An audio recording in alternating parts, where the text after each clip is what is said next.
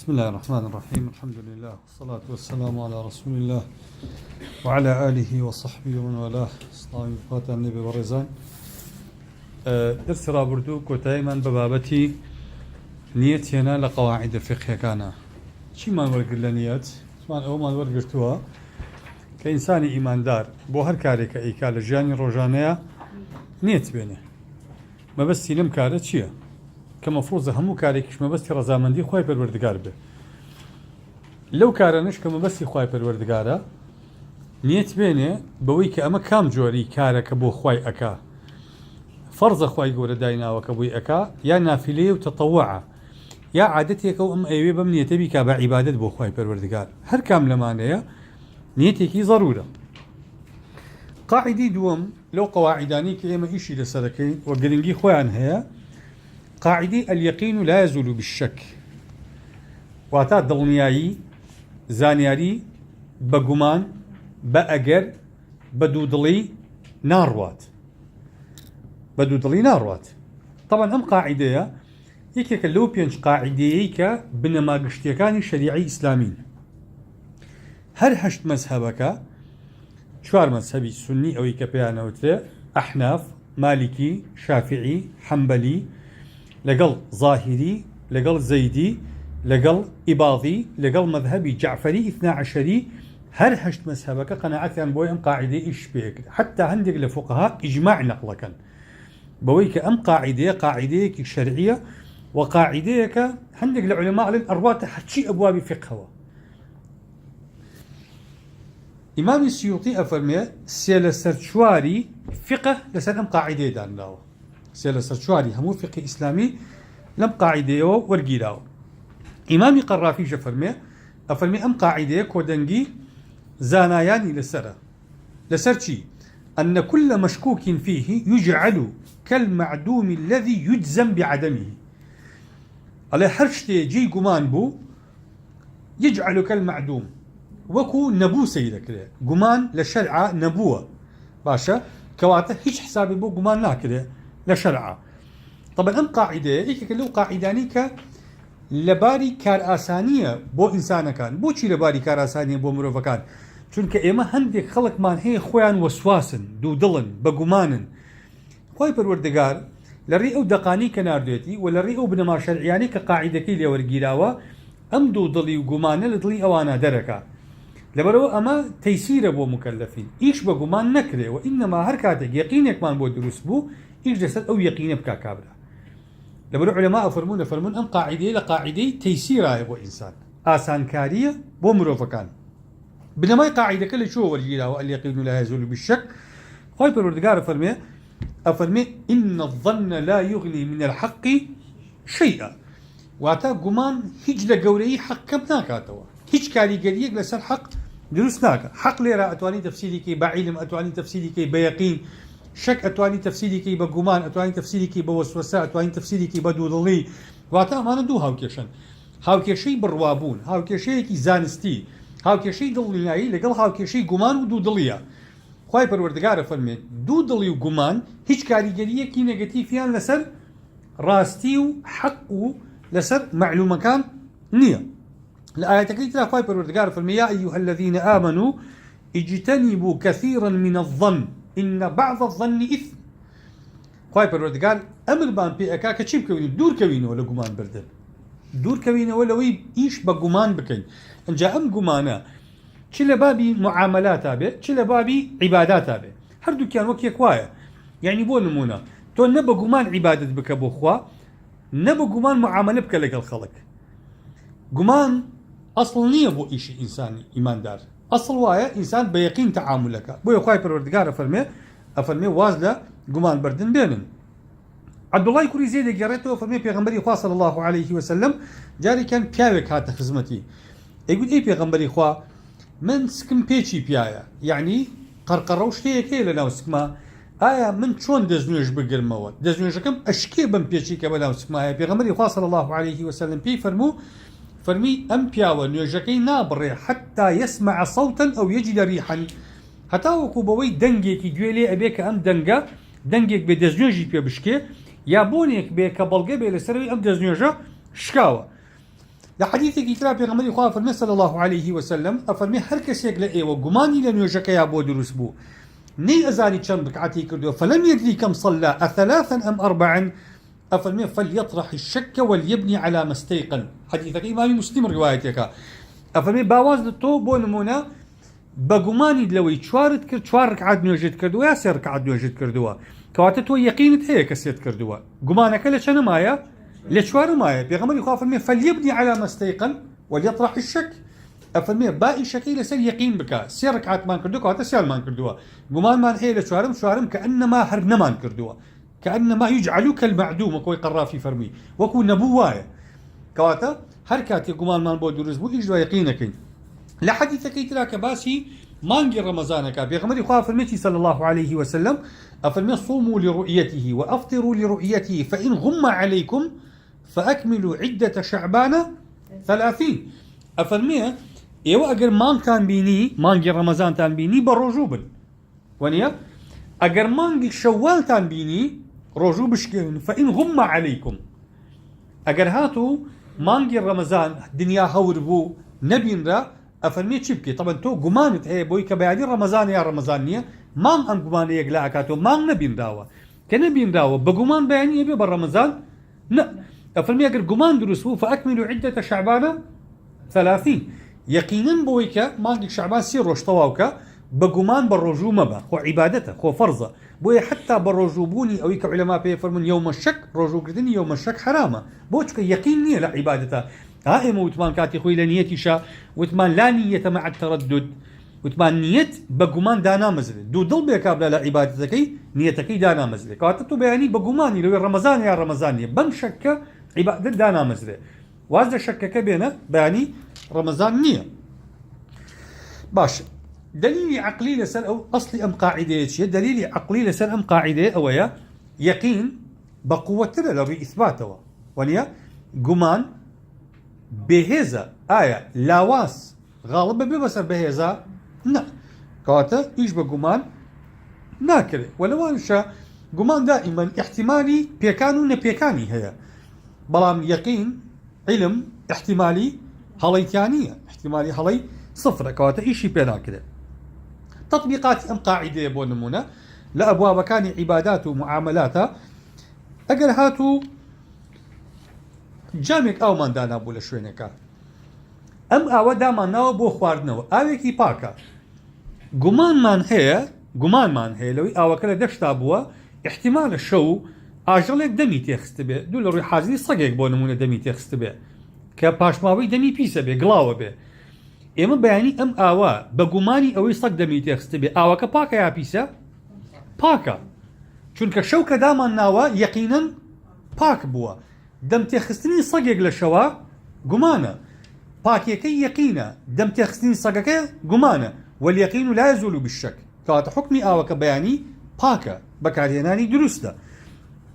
نيجيني ورو ساعات ما بيني لدشتك كاين دنيا حورة خور ديارنية اما نازانين خور لنا وراسي اسمان لاي داوا يا لاي نداوا نيجيني ورو بم قمانه واجبه به واجب نابه اگر كابرا نيوجكي بكا نيوجكي درست نيا بو قمانه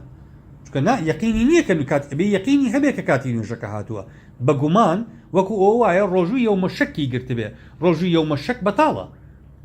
انيش اگر نيوجكي بقماني او كرت كلواني كاتي نيوجكا هاتبه نيوجكا بطاله خالي كتير لنيوجا هر اگر پیاوێک نوێژی کرد لە نوێژەکە سەلامی یایەوە یا ئەوەی کە سەلامی یایەوە گومانێکی بۆ دروستە بێ لەوانەیە ڕکعەتێکی کەم کردبێ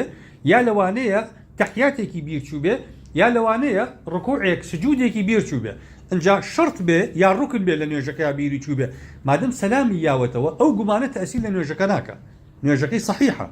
چونکە گومانەکە دوای نوێژەکە دروست بوو نەک لەناو نوێژەکەیە لەناو نوێژەکەیە گومانەکە دروست بووایە وەکو پێغەمبەر لە حەدیثەکەیە فەرمی ئیشی بە یەقینە کرد گومانەکەی واز لێ ئەهێنا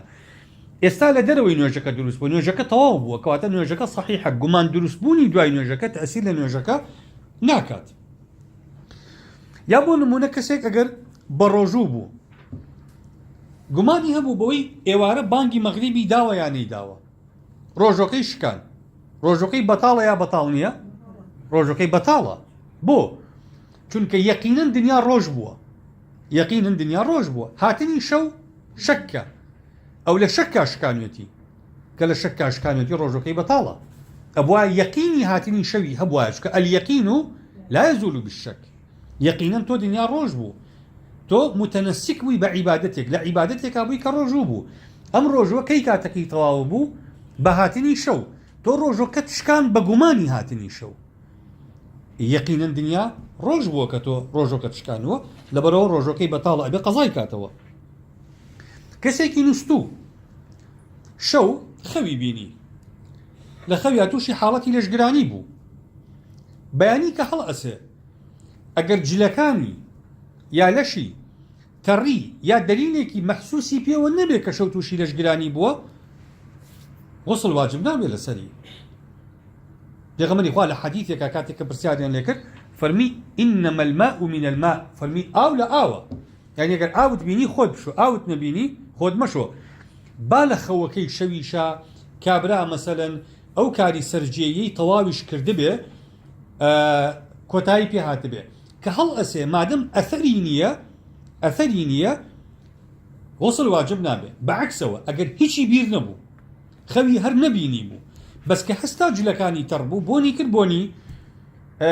مني لده او كات غسل واجبه چونك بوني اوك يقينا بوي كام كابرايتو شي حالتي لشقراني هاتوا بس خوبينينك وخبر بونا وشكا بمشكا وصل واجب نابي خوش وردين واجب نابي حتى بلغيكي محسوس نبي نيكا بيقين كاتب هو واجب نابي اگر پیاوی گمانی هبو بوی جنکی طلاق داوه یا طلاق نداوه زور جار خلق هي وسواسه بدل يا هاتوا كجنكي طلاق با دوای كويت گمانه ولا طلاق مكوتوا انا كوتوا جياني جنو ميردايتي بعقد زواجك ثابته بيقين يا ثابت نيه ثابته بيقين بوني طلاق شك ليرا ام يقيني بوني عقده بقماني كوتني طلاق لا اتش لا اليقين لا يزول بالشك بونمونا شير بيدان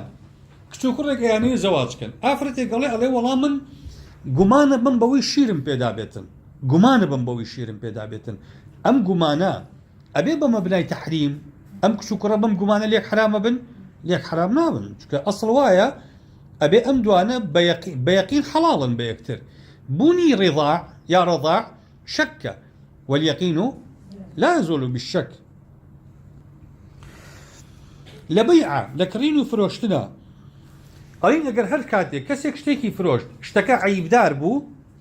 دار بو بوي هي فروش راوكا بيجريتوا بس بوني عيبكا بقمانه تواني بيجريتوا كابرا بيمان بڵێ وەڵام لەم سارەیەم لە تۆ کڕیوە بەس گومانم وایە بۆیاخە ناتوانانی بیگەڕیتەوە ئەبێ دوو کەسی بۆیاخچی خاوەن خیبرە بێنی شایەتی بدەن کە ئەم سارەیە بۆیاخە بە گومان نابێ بڵێ وەڵا گومانم هەیە مەچینەی ئەم سارەیە کراوەتەوە وەڵا گومانم هەیە ئەم سارەیە ئەوەلیاتی نییە وەڵا گومانم هەیە ئەم سارەیە وەرگەڕاوە بەم گومانانە ڕەدی مەبیع نابێتەوە ئەبێت تۆ بەڵگەمان بیتێ کە ئەم فرۆشراوە عیبدارە أهلي خبرة أهلي صنعات شايتي بدن كم قسيتو راس تو جاي قريتو مبيعك بقمان عقدي بيعك هالله وشتو تكفير كردني خلق بونمونا كسيك بأصل إيمان داره إما أزاين لباوكو دايكي كي مسلمان لدايك بوا قمان من هي لوي قسيكي كردو بوني كفري ليدي بم قمانا أتوانين بريار دين ككافرة ناتوانين أبي بقينا درجة يقين أم كابرايا كفريكي بواح بكا معناه كفركي بزانه وبيزاني أم فعلا مكثرة للشريعة أو جاءت واني بلي كافرة بقول ما ناتواني خلق كافر كي كابرا قسيكي كردو بوني كفري ليه بلي ولا كافر بينا أو بوني إيمانك يقينا هاتني كفرك شك واليقين لا يزول بالشك كواتا أم قاعداني كباسمان كالبرزان هموي لحتشي أبواب فقهي شاحية بقرة أم بابانت دزكوي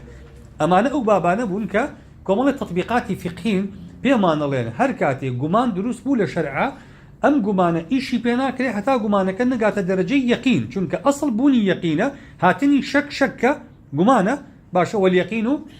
لا أزول بي كان بقاعدة بو همو أبواب فقهي وأبواب دعوة كانش أو قاعداني كأبن بفرع بو أم قاعدة چن قاعدة مان هي متفرعة لم قاعدة يعني لسان أم قاعدة دا أمزدان قاعدة الأصل في الأشياء الإباحة أصل لها مشتكى أويا كخواي قورة دروسي كردو بو إنسان كان حلالة بإنسان كان أشياء طبعا ام قاعده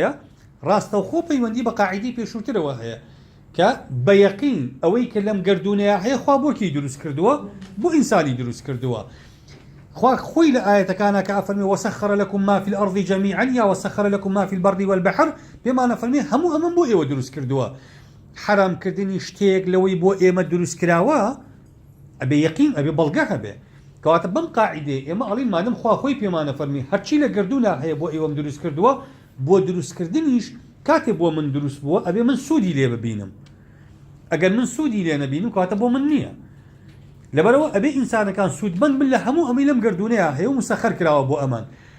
ئەگەر وتمان شتێک لەم شتانە حرامە ئینسانەکە سوودی لێ ببینێ ئەبێ چی هەبێ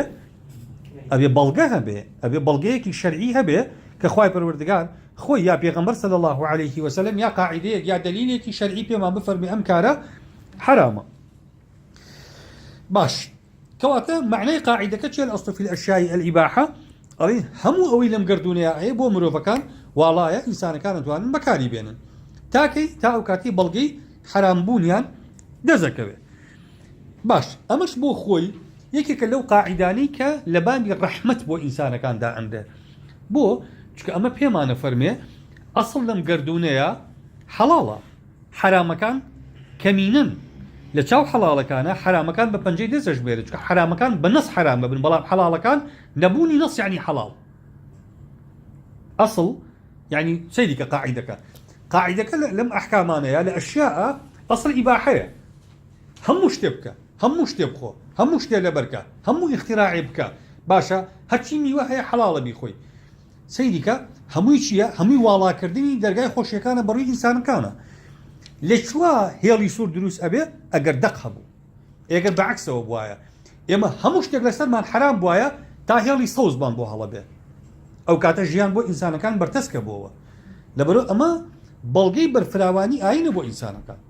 کە خوای پەروەردگار ئەوەی ئینسانەکان بە ئازادی بژین لەم گردونەیە لە هەندێک خاڵا نەبێ کە هێڵی سوور هەیە خوای پەروەردگار ڕێگەی لێ ئەگرێت لە باقیەکەی ترا ئەسڵ لە هەموو شتێکە عولەما ئەفەرمون ئیباحەیە کەواتە ئەم قاعیدەیە لە بابی چییە ئەم قاعدەیە لە بابی تەیسیرە لە بابی ئاسانکاریکردنە بۆ ژیانی مرۆڤەکان ئەسڵی قاعدەکە لە چۆ وەرگیراوە خوای پەروەردگار لە قورئانە ئەفەرمێ قل لا أجد فيما أوحي إلي محرما على طاعم يطعمه ئەفەرمێ ئەی محەممەد پێیان بڵێ لا أجد فيما أوحي إلي محرما شتێک لەوەی کە خوا وحی بۆ من ناردووە شتێک نابینم حرام کرابێ لەسەرم بۆ هەر کەسێکە بێوێ بیخوا بەکاری بێنێ إلا أما استثناء كان إلا أن يكون ميتة أو دما مسفوحا أو لحم خنزير ونية فإنه رجس جا خواي پروردگار ده كواتا لغير أمانة كنصل سريان هاتوا كحرام باقي كيشيا لا أجد فيما أوحي إلي محرما على طاعم يطعمه همو أوانيتر حلالا لآية كيتر أفرمي وما لكم ألا تأكلوا مما ذكر اسم الله عليه وقد فصل لكم ما حرم عليكم إلا ما اضطررتم إليه كاد خوي پروردگار گلی اکا خوي پروردگار لوما اکا وما لكم ألا تأكلوا مما ذكر اسم الله عليه او چیه بو چیه ولو شتانه ناخون کناوی خوي لسر هاتوا كواتا گلیکل چیه گلیکل وی انسان كان خويان بگرنه ولا حلال كان انجا خوش فرميچي لكاتك وقد فصل لكم ما حرم عليكم خوي پروردگار پی گوتوین کە چی حرامە کە پێی گوتوین چی حرامە واتە ماسیوای ئەوەی کە پێی گوتوین حرامە خوا گلەی ئەکا کە بۆ سوودی لێ وەرناگری کە بۆچی بەکاری ناهێنی لەبەرەوە ئەمەش بەڵگەیەکی تێ لەسەری کە ئەسڵ حەڵالەکانە یاخوا ئەفەرمێ قل من حرم زينة الله التي أخرج لعباده والطيبات من الرزق أو كسكية كدي حلالكاني خوا جوانيكاني دنيا خوشيكاني دنيا ئەوەی کە خوا ئەم دنیای پێڕازانێتەوە ئەوە کێدی ئەمانە حرامەکە کە خوا ئەسڵەن بۆ خۆشی مرۆڤەکان دایناون قل من حرم زينة الله التي أخرج لعباده والطيبات من الرزق دەبەرە خوا گلی ئەکا لەسەر حرامکردنی ئەم شتانە پێغەمبەریش لە حەدیثێکا فەرمێ صلى الله عليه وسلم ئەفەرمێ إن أعظم المسلمين جرما یا گەورەترین تاوان لە مسلمانانە چ تاوانێکە من سأل عن شيء لم يحرم على المسلمين فحرم عليهم من أجل مسألته شتيك هي حرام نبوة لسر المسلمان كان أو شو برسياري كردوا بۆی پرسیارەکەیەوە حرام کراوە لەسەر خەڵک. پێغەمبەری خوا صلی الله عليه وسلم جارێکیان باسی حەجی ئەکرد بۆ سەحابەکان. سەحابەیەک هەر تاونەتاوێک ئەیگوت ئەفی كل عام یا رسول الله، هەموو ساڵی حەجکەی پێغەمبەری خوا جوابی نەئەدایەوە. دوو جار پرسیاری کرد جوابی، سێ جار پێغەمبەری خوا صلی الله عليه وسلم پێی ناخۆش بوو، فەرمووی لەو قلت نعم لەوەجەبت، ئەگەر تۆ وتی هەموو ساڵێک من بموتایە بڵێ هەموو ساڵێ واجبە بوو. ئەمە بەڵگەیە لەسەری کە قسەی پێغەمبەری خوا تەشریع، ئەگەر بموتایە واجب ئەبوو. باشە پێغەمبەر فەرمووی الحەج مرة واحدة، حەجێک جارە. کەواتە هەندێک جار تەنەطعی خەڵک لە پرسیارە حکمە شەرعیەکان قورسەکە، وەک ماغاقی بنو ئیسرائیل.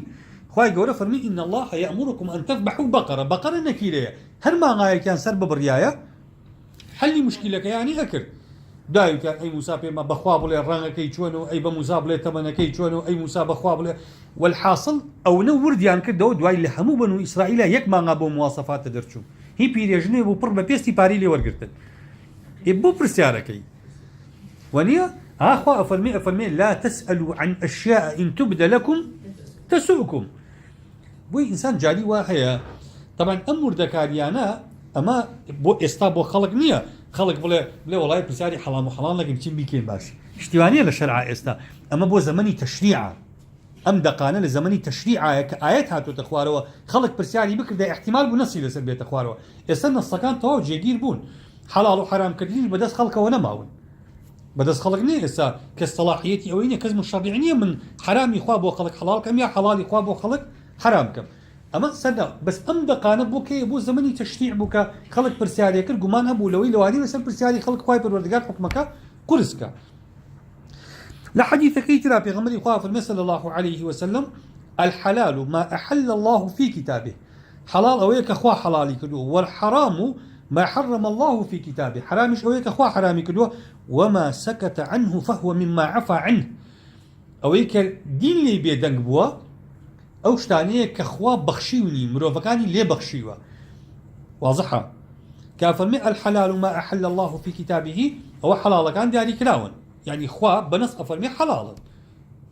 حرام كانش بنص أفرمي حرام. أي أويك دين باسيناكا دق باسيناكا إسا أو قوشتاني كالشرع بيما نالي حلالا ونيا زورك آجل هي لواني وآجلانها أصلا استاكشف بنكو آجلانها هن وكو ناوي نهات ولا شرعا، هر آجلك ناوي نهات ولا شرعا باشا. وآجلك قاعديك شرعي يا دقيق شرعي حرامي نكا قوشتكي حلالا لسر الأصل في الأشياء الإباحة، يا حر وكيك هر ميويك هر شتيكي تلم بابتانا أصل تيايا حلالا. تطبيقات قاعدك تشيا، تطبيقات قاعدك طبعا أويا كما نماذج باسكين هم جور خواردنا ويك لإنسان حلالة، إنسان حلالة بيخوا وبيخواتو بكاري بينه إلا مگر خواردن يا خواردنا ويك كدقيق شرعي حرامي بكا. إسا قوشتي براس دقيق شرعي حرامي بكا، قوشتي آجل درندكان لبالندكانا أو بالنداني دنوكيان تشوتا وچميان هيا چمي برينار كر. إسا مريشك مراوي قاس قل چميان هيا بس چمي كينا موجوان يعني چمي برينار كرنيا بس چمي باس چمي دال چمي واشا چمي حلو چمي كي برينار كر. هر آجالي أم چمي برينار كري هبو حرام قوشتكي يا دنوكي كي هالقراوي قوش خوري هبو همو أو بالنداني قوشتا حرامه، همو أو درنداني كلبيان هيا كلبي برريان هيا وكو شيرو بلنو قرقو باشا تشقلو أم بابتانا هموي ككلبيان هيا قوشتان حرامه. همو أو آجالاني شرع أمدي كردو بكوشتنيان وكو مار وكو دو بشك باشا قوشتان حرامه وكو زردوالا بس كلها حلالة كشينية. قاتا أمانة قواعدي تحريما لغيني أماني كنصيق يا قاعدة حراميانك باقي حيوانك كان كتر قوشتان حلالة. معاملات بيوع كرينو فروشتن بازرگاني كردن همو جورة بازرگانيك حلالة إلا أو بازرگانيانا نبيك دقيق شرعي حرامي أكا. إما عندك بازرگاني مان هي دقيق شرعي حرامي أكا ناكري تبلي أمانة بيوعي مستحدثا راس كرينو فروشتن نيوكان أواني كتازا دروس بون راس إما علي الحلالة بلان برزال ئاگامان لەوە بێ بە شەرتی ئەمانە قاعدەیەکی شەریع حرامیان نەکات قاعدەکە چ دەق بێ چ ملحقاتی دەق بێ بۆ نمونە دەقی قورئان دەقی سنت ئەو معاملانەی کە قیاسن لەسەر دەقی قورئان و سنت حرامە بن ئەمانە هەموویە بێ ئاگامان لێی بێ بۆیە کاتێک ئێستا بۆ نمونە شەریکاتی تۆڕبەندی بازرگانی دروست ئەبێ دراوی ئەلکترۆنی دروست ئەبێ کێ ماڵین ئەم جۆرە دراوانە ئەم جۆرە مامەڵانە بەم شێوازە حرامە کابرا ناتوانێت بڵێ ئەمانە بیوعی مستحدثن ئەصل لە ئەشیاء ئیباحەیە ئەصل ئیباحەیە ئەگەر نەسی محرم نەبێ کە نەسی محرم هەبوو اینجا نەسەکە بەرز نییە تو ئێستا پێم بڵێ ئادی فلان کۆمپانیا چ نەسێک باسی فلان کۆمپانیای کردووە نەس نایە ناو بنێ نەس ناوەڕۆک تەحلیلەکە نەس ئیش لەسەر ناوەڕۆگەکە بۆ نمونە تۆ زەیدێ ناوە عەمرێ ناوە خالیدێ ناوە هەرچی ناوە شەرع عەلاقەی بەناوتەوە نییە عەلاقەی بە ناوەڕۆکی تۆوە هەیە حکم بۆ ناوەڕۆکی تۆ وەکو مرۆڤ وەکو ڕەگەزی نێر یا مێدا ئەنێ ناو کێشە نییە ئەم ناوە پێی بڵێ بەیع پێی بە هەرچی پێ ئەڵی کێشەت نەبێ لا مەشاحەتە فی الاصطلاح بەڵام ناوەڕۆکی معاملەکە شەرع قسەی لەگەڵاکە ناوەڕۆکی معاملەکە ئەگەر سەبەبێکە بێ بۆ تەحریم حرام ماوەڵە پێکردنی کەواتە کاتێک گەڵین هەموو جۆرە کڕین و فرۆشتن و بەکرێدان و جۆرە مامەڵەیەک حەڵاڵە ئەگەر هات و دەقێک نەبێت تەحریمیکە کە دەق بوو ئەوەستینتیایە عادات کلتور بۆ نمونە ئێمە چ جۆرە جلێکە پۆشین ئێمە جلی کوردی بۆ ژن و پیاومان لە کللتوری خۆمانە جۆرێک جلمان هەیە کەس ناتوانێت بڵێ جلی کوردی حرامە کەس ناتوانێت بڵێ جلی عەرەبی حرامە کەس ناتوانێت بڵێ جلی مەغاریبە حرامە کەس ناتوانێت بڵێ جلی ئەوروپیەکان حرامە مەگەر جلێک نەبێت دەقی شەرعی تەحریمیکە بۆ نمونە جلێک بۆ ئافرەت کوردی بێ فارسی بێ عەرەبی بێ ئەوروپی بێ تەنک بوو حرامە تەسک بوو حرامە سەرنجڕاکێش بوو زۆر زەق بوو حرامە وهكذا بۆ پیاو جلی پیاو تەنک بێ جسمی محلی عوری دەرکەوێ حرامە تەسک بێ حرامە باشە کورت بێ کە لەسەر ئەوەی کە شەرع ڕێگەی پێدا دیسانەوە حرامە ئەمە تەوسیفاتە شروطی جلوبەرگە عەلاقەی بەوە نییە ئێمە ناتوانین بڵین مۆدێلی جلی ئەوروپی حرامە چێوە ئەڵێ بەس مۆدێلی جلی کوردی حەڵاڵە شەرع قسە لەسەر مواسەفاتی جلەکانەکە لەسەر ئەستی جلەکە ناکا وەکو کلتور ستارخانیە مراخانیە چۆغەیە ڕانکە هەرچیەکە هەرچی لەبەرەکەی لەبەری کێشە نییە هەروایە شاڵی هەروایە کەواتە هیچ کێشەمان نییە لەگەڵ جلەکان کێشەمان لەگەڵ ناوەڕۆک هەیە بۆ نمونە جلی شۆرەت ئەو جلانی کە شۆرەت بۆ ئینسان دروستەکە ئینسانی وا هەیە متەواضیع هەر بە ئەخلاق متەواضعە باشە شاڵیش لەبەرکە هیچ کێشەی نییە تەواضعێکی جوانی تایە تووشی کیبر نابێ هەیە لەوانەیە قماشێکی ئێرانی لەبەرکە تووشی کیبرە بێ پێوەی ئیشی شەرع لەسەر کێشەی جلەکە نییە لەسەر ناوەڕۆکی کابرایە کە بەم جلە مەغرورە بێ و کیبری بۆ دروستە بێ بەکارهێنانی تەکنۆلۆژیا وەسائلی ئیتیصالاتی تازە کابرا سوشیال میدیایە مثلەن تویتەرە یوتیوبە فەیسبووکە هەرچی ئەو وەسائلی ئیتیصالات هەمووی دروستە ئینسان بەکاری بێنێ کەی حرامە بەکاری بێنێ ئەگەر بوو بە ئامڕاز بۆ گەیشتن بە ئامانجێکی حرام ئەمانە هەمویان چەکی دووڕوون وەکو چاوی مرۆڤەکان وان بۆ نمونە چاو قورئانی پێ ئەخوێنی نەزەریشی پێ ئەەکەی زمان ذکری پێ ئەەکەی جوێنی پێ ئەدەی کەواتە کەوێتە سەر بەکارهێنانی کەسەکە ئەسڵی ئالەتەکە ناتوانێت بڵێ حرامە بەکارهێنانی خەڵک بۆ ئالەتەکان ئالەت مجەڕەدە بۆ نمونە ئەم مۆبایلە ئەمە بێگیانە بێڕۆحە بێهەستە حکمی حەڵاڵ و حرامی بەموو معەلەق نییە بەکارهێنانی من بۆ ئالەتەکە حکمی ئالەتەکە ئەگۆڕێت حرام و حەڵاڵەکە متعلقە بە شێوازی بەکارهێنانەکەی منەوە نەک خودی ئالەتەکەەوە لەبەرەوە ئەڵین ئەمانە هەمووی حەڵاڵە بەڵام بەمەرجێ مرۆڤ بۆ کاری چاکە بۆ کاری خێر بۆ پێشکەوتنی ئینسانیەت بەکاری بێنێ تەداویکردن هەموو جۆرەکانی بەکارهێنانی عیلاج حەڵاڵە لە دەرزی لێدانەوە لە حەب خواردنەوە لە شروب خواردنەوە لە عەمەلیاتکردنەوە باشە لە بڕینەوەی ئەندامەکەوە هەموو ئەمانە حەڵاڵن ئینسان بیکە بەڵام بەمەرجێ بۆ وەسائلی عیلاجی بەکار بێ خوێن بەخشین ئەمانە هەمووی حەڵاڵە هیچ کەس ئیشکالی نییە لەگەڵ ئەمانەیە بەڵام کەی حرامە ئەگەر هاتوو لەگەڵ سنوورەکانی شەرع بۆ نمونە کابرا بڕوا بڵێ من بە حرام تەداوی خۆمەکەم بڵێ عارق بەکارهێنم بۆ عیلاج پێغەمبەری خوا فەرمی إن الله لم يجعل دواءكم فيما حرم عليكم خوای گەورە عیلاج و شیفای لە حرامە دانەناوە ڕێگەی پێ نادا شەرع ڕێگە نادا تلیاک بۆ عیلاج بەکاربێنێ لەبەرەوە کاتێک ئەڵێن عیلاج دروستە بەم شێوازە بێکە شەرع ڕێگەی پێ ئەدا بۆ نمونە تەجمیل عیلاج نییە شەرع ڕێگەی پێ نادا هەر کەسە و هەر ڕۆژە و خوباتە شوێنێکی ڕۆژە لوتی بەدڵ نییە و ڕۆژە لێوی بەدڵ نییە و ڕۆژە گوپی بەدڵ نییە و ڕۆژە نازانم کوێی بەدڵ نییە هەر ڕۆژۆ بێ شوێنێکی چاکە شەرع ڕێگەی پێ نادا چکە ئەمە عیلاج نییە ئەمە تەجمیلە تەجمیل کەمالیاتە عیلاج ضروریاتە ئەبێ ئەم خاڵانە ئینسان ورد بێت لە مامەڵەکردن لەگەڵیا ئێماڵی عیلاج دروستە تەجمیل بۆ حاڵەتی خۆی دروستە بۆ نمونەگەر ئینسانێک ئەندامێکی هەستیاری لە کار کەوت بۆی هەیە تەجمیلی کە دانەکانی کەوت لوتی بڕایەوە بۆی هەیە لوتێکی ئاڵتون دروستکە ئاسایی دانەکانی مەسەلەن بەڵام ئەگەر هات و کابرا بەس بۆ جوانی بچێ لوتی کەفەری ئاڵتونی پێوەکە ئەو پێ ناوتێ لوت وەنیە حکمەکەی حکمە شەرعیەکە ئەگۆڕێ برۆ ئەگەر ئافرەتێک برۆی وەری بە هەر هۆیەک لە هۆیەکان ئاسانیە بڕوا برۆ بکاتەوە مەسەلەن بۆی ناشرین نەبێ عیبار نەبێ ئافرەتێک مووی زبر لە ڕیشی بێ لە دەموچاوی بێ بۆی هەیە بە لێزەر لای با بەس بۆی نییە بە لێزەر بروی باریک باکاتەوە ئەمانە حکمی شەرعی ئەبێ بوابی تەجمیل و بابی عیلاج و ئەم شتانە لێک جا بکرێتەوە کاتە شەرع لەگەڵ ئەوەیە هەموو وەسائلە عیلاجەکان بەکار بێنین بەڵام لە سنووری حەڵاڵەکانە ئەو شتانی کە لە حیوانەکان وەرەگیرێن ئیفرازاتی حیوانەکان بۆ نمونە ئێستا مەڕ سەیری حیوانێکە خوای پەروەردگار چ نیعمەتێکی دروست کردووە وەک ئاشێک وایە لەم لاوە سەوزەی تێ ئەەکەی ئەم سەوزەیە دوای ئەو چیلەکە بەشێکێکا بە شیر بەشێکێکا بە بەز بەشێکێکا بە گۆشت بەشێکێکا بە خوری هەمووی بەکەڵک دێ چ مەعمەلێک واەکە چ مەعمەلێک هەیە شتێکی تێکەی حتا فەزەڵاتەکەیشی ئەبێ بە پشکلەکەی بۆ ڕوەک و بۆ ئەم بابەتانم بەکاربێ هیچ شوێنێکی خراپ ناکە مەڕ وەنیە هەموو ئیفرازاتی ئەم ئاژەڵە شەرعەن ئەکرێ ئیسفادەی لێ بکرێن مەگەر ئەوەی کە شەرع ئەڵێ پیسە